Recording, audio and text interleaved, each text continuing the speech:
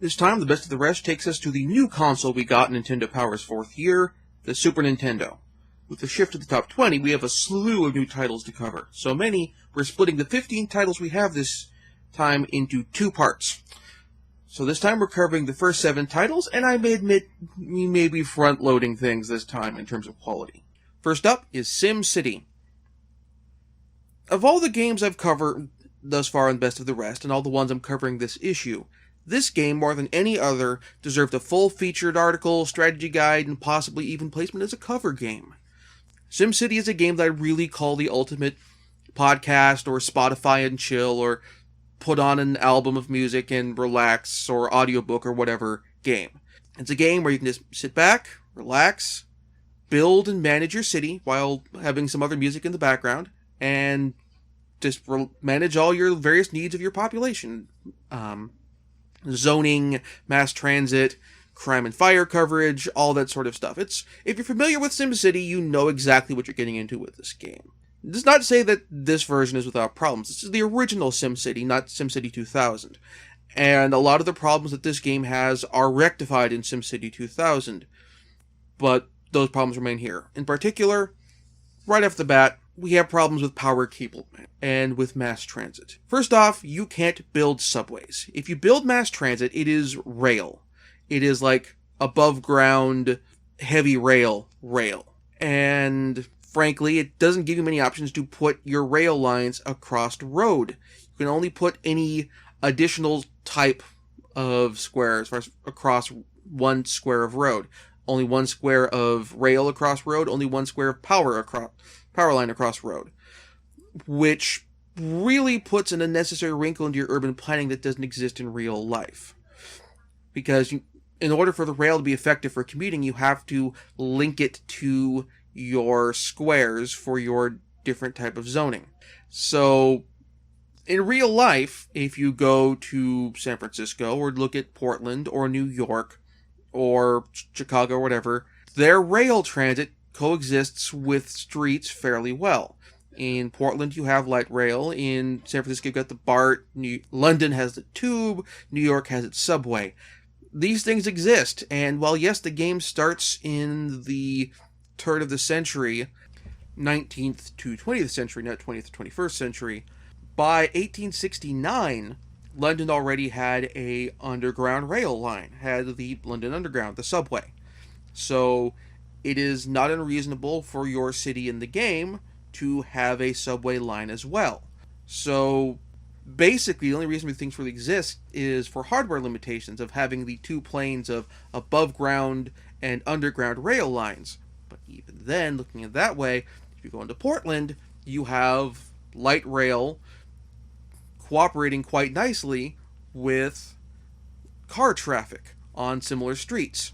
Additionally, again, with power lines, you can only put power lines, as with any other thing that crosses roads, only across one square of road. So if you need to build a double-width road for some reason, due to a slip-up in your urban planning, or just to have an extra little bunch of roads to remove traffic tension in your city and congestion, you can't build power lines across that road, which again really makes no sense. That said, this game has a lot more visual style and charm to it than any version of SimCity before or since, including the sequels. Your advisor has an actual face, has character traits, and is expressive, and there are cute and charming animations that the game presents every time you go to him for advice. While monster attack animations have always had a bit of charm to it, from Godzilla in the original game to the flying saucers in later titles, Bowser, who you get in this game, has a level of charm that's above that because Bowser is a very expressive character, and it really shows in his animations as he goes trampling through your city, compared to the sort of not Godzilla T-Rex from the original SimCity or the flying saucers, which are non-anthropomorphic and completely unexpressive in the first place. If you were to take the visual style of this game, take the mechanical refinements of SimCity 2000, and put it on the Wii U with all of the graphical capabilities that system has, plus the ability to handle some city control and stuff through the touchpad, you would probably have the best of all possible SimCity games. Next up is Final Fight. This game is something of a cheat, as we got a preview article in this game, but it came out prior to the launch of the Super Nintendo, so I chose to revisit the game later, so here we are. Final Fight is the brawler that I think changed the face of brawlers pretty much forever. It has aside from just the graphical improvements that the Super Nintendo has, it has incredibly detailed sprites and level environments, bunches of enemies on screen, and standardized the sort of conveyor belt scrolling perspective that we'd gotten on occasion in older brawlers like Teenage Mutant Ninja Turtles 2, the arcade game, and for that matter, some of the Double Dragon games, but also sort of perfected that brawler control scheme. Again, we got a bit of this in Teenage Mutant Ninja Turtles 2, which basically used just a jump and attack button.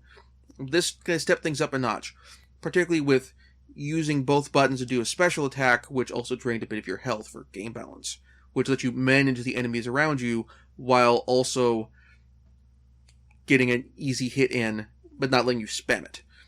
That may be a little overblown with my this changed the face of brawlers forever, but as far as brawlers on the Super Nintendo are concerned, this is, no pun intended, a game changer.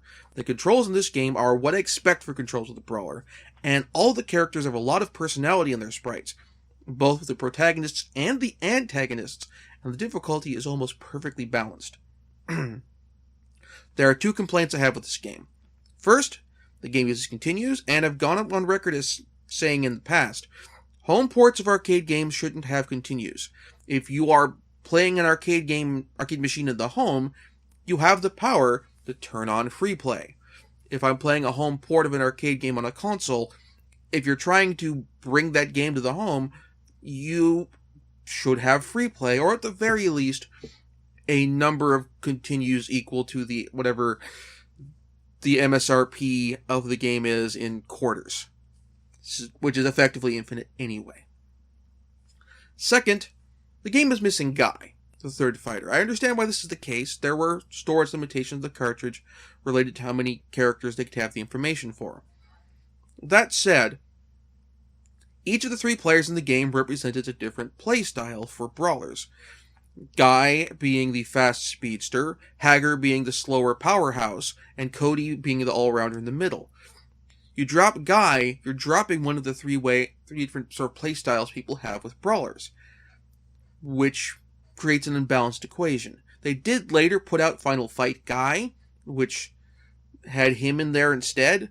It's still not quite the same thing. You need to have the three options. You need to have the balance from a gameplay perspective to make it a well-rounded experience and give everyone the character that fits with how they play for their game. Still, this is an incredibly well-done brawler and is absolutely worth having in your collection in some form or another.